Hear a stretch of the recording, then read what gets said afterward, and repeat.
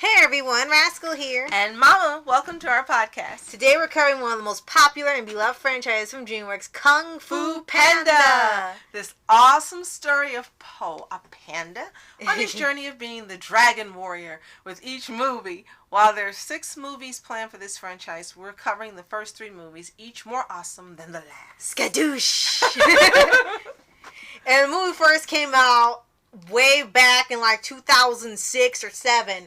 I really did want to see it because it looked super fun. Jack Black promoted like crazy. Right. Because it's one of his most major roles ever, especially for animation. Because most of the time he was done like for comedy or live action projects. This is his most iconic role, and it's a voiceover role. Right. But I mean, everyone knows Jack Black is Kung Fu Panda. Right. Po, I should say. Right. And from the first movie, I loved it. Absolutely loved it. And it's one of the few franchises from DreamWorks that still carries on and now, even though, yeah, it's still movies later, but the essence of the franchise is still the same.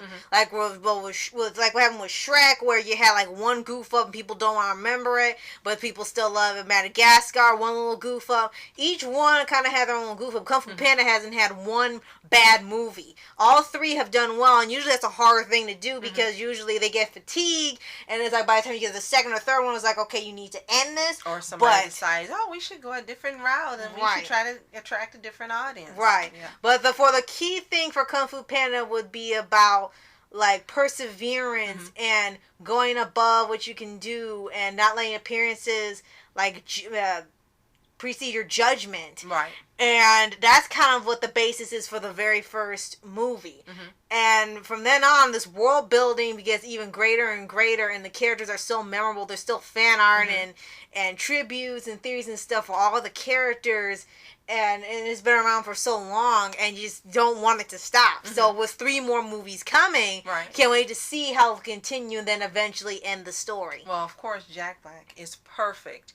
He's done other roles that are like this in live action, where he's this type of lovable character that is like the mustard seed that turns into this great tree. Exactly. And you love him in these roles. Right. And I thought it was so funny the first time we saw it. His papa was Mr. Ping, this long-necked crane. And I just thought that was hilarious the first time. And he's trying to teach his Po and talk to his Po, and he loves his Po. Oh wait, no, he was a goose. Goose, thank you. Okay. They did have a crane in there, but yeah, he was a goose. Okay, thank you. And for the first movie, and wouldn't he be adopted by a man who knows how to cook the most delicious food? Right. He just cooks a noodle shop, so it was perfect. Right.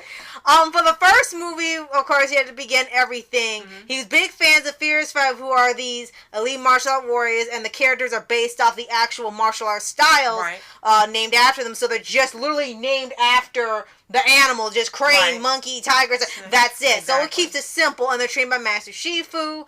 And they have this event coming up where the Master Ugo, who's this probably 1,000-year-old tortoise, and he's supposed to pick the dragon warrior from the 5. Right. And Paul wants to go see the event, but he can't get to work at the noodle shop, so he tries all his best to get in, but by a series of accidents he gets in, and then Uguay chooses him to be the dragon warrior, and of course everybody is pissed off, because they're like, he's a big fat lazy panda, he can't do anything, he's an embarrassment to Kung Fu, if you really care about Kung Fu, you leave right now. It was like, they just didn't care, period. Even the master himself, he said, that flabby panda can't be the warrior, get him out of here.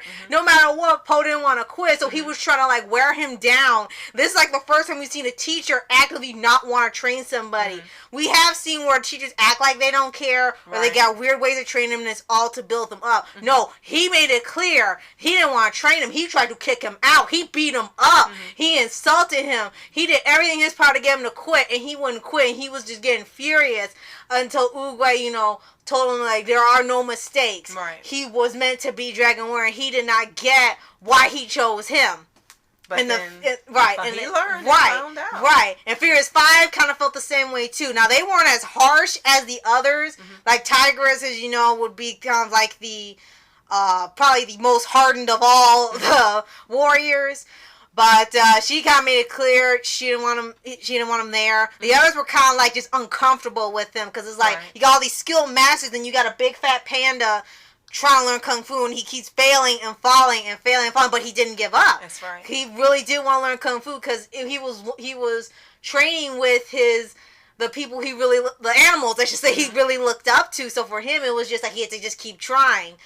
But, in the end, like I said, perseverance always comes through, especially when they have to deal with Tai Lung, who you found out his backstory was Shifu and Oogway in the story. Right. Now, he didn't get as developed as we thought he would, but they kind of start building it up to, he's coming, no one else can stop him but him, he's got to be trained. And eventually, Shifu learns there is a way to train Po. It was just through food, and not through just like a joke or making fun, but that really was a way that worked for him. Right. He couldn't train him like the others because they were all different. Right.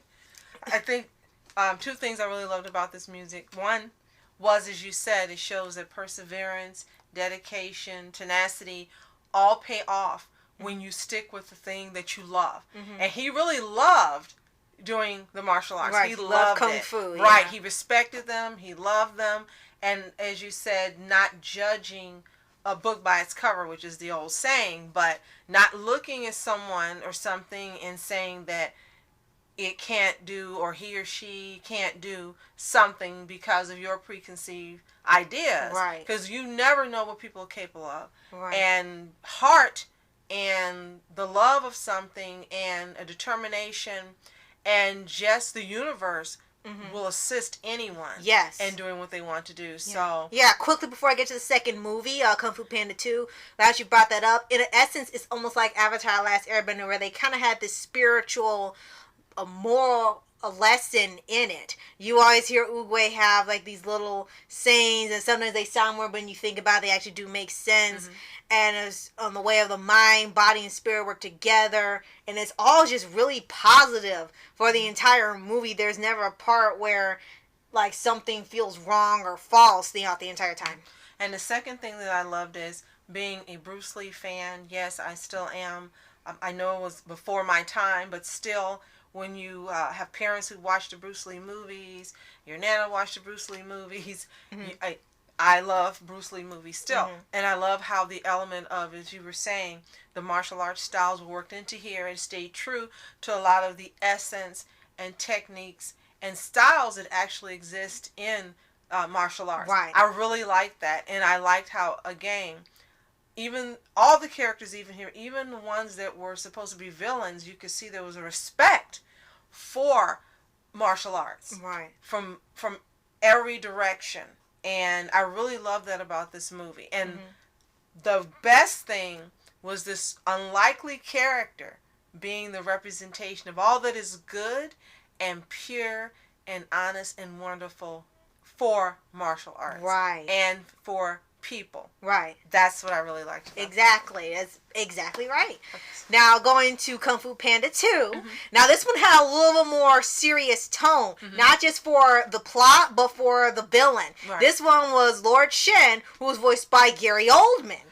And he was awesome. Right. And you don't see him in much now, but he's been villains, he's been Dracula, he's been good guys, and in every role, he's just an awesome actor. Right. And for this one, while Tai Lung's goal was he wanted to be Dragon Warrior, he wanted the scroll, he wanted power. Lord Shen's goal, he wanted to eliminate Kung Fu, period. And when there was some type of, I guess, like a prophecy or something that said... He was also Sirius Black in the Harry Potter series. Okay. Oh, yeah. There was a prophecy that said that black and white would defeat him. Now, he didn't know what that meant. Did you kind of figure out as it goes on? You were not really sure what, but you kind of get the hints that, it was yin and yang or something. So he thinks that it's pandas, so he wipes out panda villages all over China, and you start finding out at the same time of Poe's backstory, because you knew he was adopted by Mr. Ping, but you never knew what happened to his family. Right. And you saw the mother had to leave him behind so he wouldn't get killed off, and that was pretty serious for Kung Fu Panda, because the first one, had serious moments, but it kept it balanced. This one was starting to shift towards a little bit darker, but not too dark. You kind of knew what they were getting at, and what they were referring to with that, because you knew something happened to his parents, but not what. Right. And he was getting like visions of what was happening when he was a baby, and all throughout the movie, when he's fighting Shen, he kind of puts together he's the reason behind what's happened to other pandas, because you don't realize it till the next movie that there are no other pandas. Right. He's the only panda in the entire village. No one questions it. Never comes up. And you realize, like, yeah, where are the other pandas? He's the only one there, and they don't want to talk to him, and you never see any others. Right. Which gets, revealed later on. So they journey to this city where Lord Shen is, and they need to defeat him before he wipes out all these Kung Fu masters, because he already had taken out one. And if he keeps going, he was going to blow everything up in this, what he thought was like a beautiful art was fireworks. That was kind of his weapon choice, and sort of using like ninja stars or spears or something. And a whole time he also had the soothsayer with him that's supposed to is his fortune changed, like by wiping out the pandas, by defeating them. Has any of these like killing off masters has changed anything? Like, no, still saying he will be defeated by Black and White, so he's just trying to hunt people down, that anything that could stop him. And eventually gets to a point where he kind of goes one-on-one with Po, not once but twice, and something was blocking, something within Po was kind of blocking him from fully taking on Shen. It was kind of like literally chi blocking. And that was sort of a theme in there where the chi wasn't flowing smoothly, and that's what Shifu was trying to do. Po didn't realize that he also had that too, because he couldn't figure out, he was connected to his past, but he couldn't ask him about it because, clearly wasn't going to say anything. So this whole time, and eventually when he was like shortly taken out of the movie for like a short amount of time, you finally got to see what happened to his family, what happened to the other pandas. Unfortunately, it's like one of the sad parts of the movie. But once he accepts, what happened, he can finally, beat him. And there's also this scene when he fights him, when he uses the cannonball against him with his own hands. No armor or anything. He just catches it and he throws it right back at all the ships. So another one that was a lesson of once again, something within yourself, like a battle within yourself, which goes into the third movie, Kung Fu Panda 3. Because if you've watched the movie, you find out that there are still pandas. They haven't been wiped out. And my favorite part, and I know this is probably crazy, but my favorite part was learning that Bryan Cranston was voicing his dad, who was the dad on Malcolm in the Middle, which I absolutely love the show. And it was so wonderful when Rascal finally got to watch this series in its entirety with me on Netflix, and I knew she would love it. There's no way you could not love this show. So anyway, continue. And on the third movie, by the end of the second movie, you find out there are pandas, and that is the third movie. Yeah, by the end of the second movie, though, you find out that the dad is still alive, and he realizes his son's alive, and you see this whole village of pandas somewhere. So you know that Poe's not the last one, thank goodness, because that would have been kind of messed up. So in the third one, still training with the Furious Five, but in each movie, he's kind of even gone up in his skill and his level. And it's gone far beyond Furious 5 or Shifu's teachings. So he's really has excelled in the Kung Fu than some of these other masters. And then, Po doesn't find his father on his own. The father actually finds him. And there's this hilarious part where they don't realize that one's related to the other. And it's like, I'm looking for my son. I lost him years ago. It's like, oh no, you lost your son? I'll say, hear that. I've been trying to find my father for years too. And so, I hope one day you do find your father. I hope you find your son. And they walk away and everyone's like, oh, for crying out loud, that's your dad! And like, oh! Like, you can't tell by his appetite, kind of how he looks, how he acts. He's like a little older version of Po. Like, you can't tell.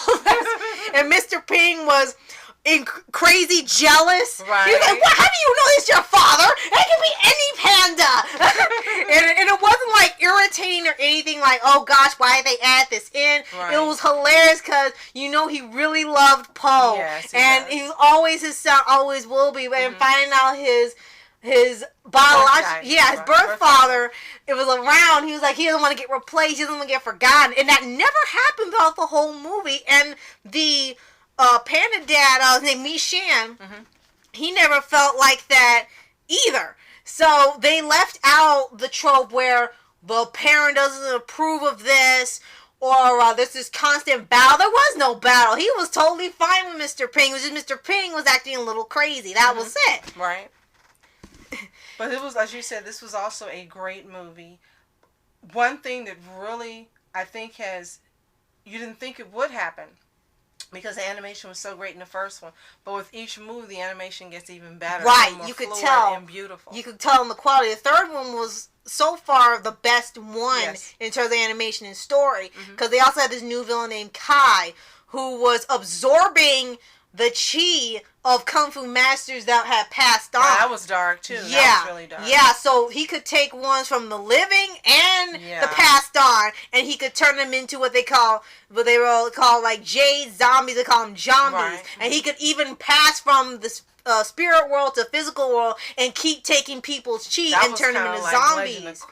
Avatar style. Yeah, so it got pretty dark, and he wanted the chi of the Dragon Warriors to be the most powerful kung fu master in the world. Right. And he was one by one taking down all these masters, and he would even destroy the Jade Palace, so you knew he was even a bigger threat than Shen. Right. Each movie's villain is even bigger than the last, so I can only imagine what the fourth villain's gonna be like when we get to it, because this guy was pretty intense. Right. And he was voiced by J.K. Simmons, which was unexpected, but really did work out for the movie. Right, definitely. And protect this village. It was a secret village of pandas they had living in like the coldest part of the mountains, and on this part of the mountain it was just really warm and vibrant and colorful. It had a great atmosphere, and you had all these pandas of different shapes and sizes, mostly round though, and they all had unique personalities. They didn't just copy and paste Poe's design and make them all the same thing, but like different heights or something. They all had their own style, personality, look, clothing, everything. Right. And he even had a new one that was supposed to be a love interest, but I don't think it worked out like that. Voiced by Rebel Wilson, and was May May. She had this little ribbon and she could fight with it. So the main part of the movie was to train the pandas to fight back, because they were very peaceful. They didn't have to fight. But since he was going to come to, take their chi and their energy, he had to teach them to defend themselves. And from then on, all the way up to the climax where he finally fights Kai, and he unleashes even more power than you knew he had. At one point, even Shifu was like, "You got that power too." He's like, "Oh." He's not mad. It's just like he's been training for years to get it, and then Poe gets it in like a day or two. Well, that's the way the universe decided it should be. Right. But yeah, everything about it is spectacular animation, and they really went all out for this too. So I cannot wait for the fourth movie. Well, as you can tell, Rascal really, really loves this franchise. So I said, I'm going to defer and let her just go for it. If you have seen any or all of these movies and you love Kung Fu Panda franchise just as much as she does, let us know in the comments below. Which are your favorites, whom are your favorite characters, and just what the franchise itself, the messages that are, as she mentioned, are positive and wonderful, have made a difference for you in the way you look at things as well. Now, one last thing I'm going to mention for the franchise, they do have 2 animated series, a couple video games which I've played in the past. They have one called Legends of Awesomeness, which some people did like, but it didn't really have the same feel as the movie. There was just like extra stories. The animation was a little weird, so I didn't really stick with the show. It wasn't bad, just I didn't get invested as much as the movies had me invested. Plus, you knew all the voice actors were replaced by sound-alike, so that was like, you knew it wasn't Jack Black. But Mick Winger did do a great impersonation, because I could not tell that wasn't Jack Black. Wow. And then the second series they had just recently, in 2018, was called Paws of Destiny. And we have, as of recording this, we have not seen it yet. And this one kind of had this sort of focus of where, these 5 kids who you didn't expect to achieve much, and they get these powers, and they have to save the world from so and so. And that's kind of reminds you of Voltron. Yes, DreamWorks started getting into this habit of making stuff like Voltron because it's such a success. Right. So in this one, they had something called 4 Constellations: Blue Dragon, Black Taurus, White Tiger, Red Phoenix. It's like, okay, you're trying to make it not Voltron. This is like not Voltron, but with pandas not and other animals. Voltron. Yeah, not Voltron, but it's Voltron, but it's not sci-fi. It's fantasy and kung fu. true. But we have not seen it yet. Right. But we should be seeing it in the future. So if you have seen the show too, let us know about that show as well. So, that's it for now. Yes. Until the next 3 movies. Because I don't know, this will go on forever for all we know. Thank you so much for watching. I'm glad you enjoyed our podcast. I'm Ask Entertainment. And I'm Mom Entertainment. Have a toontastic day. Peace. Shasha Booey!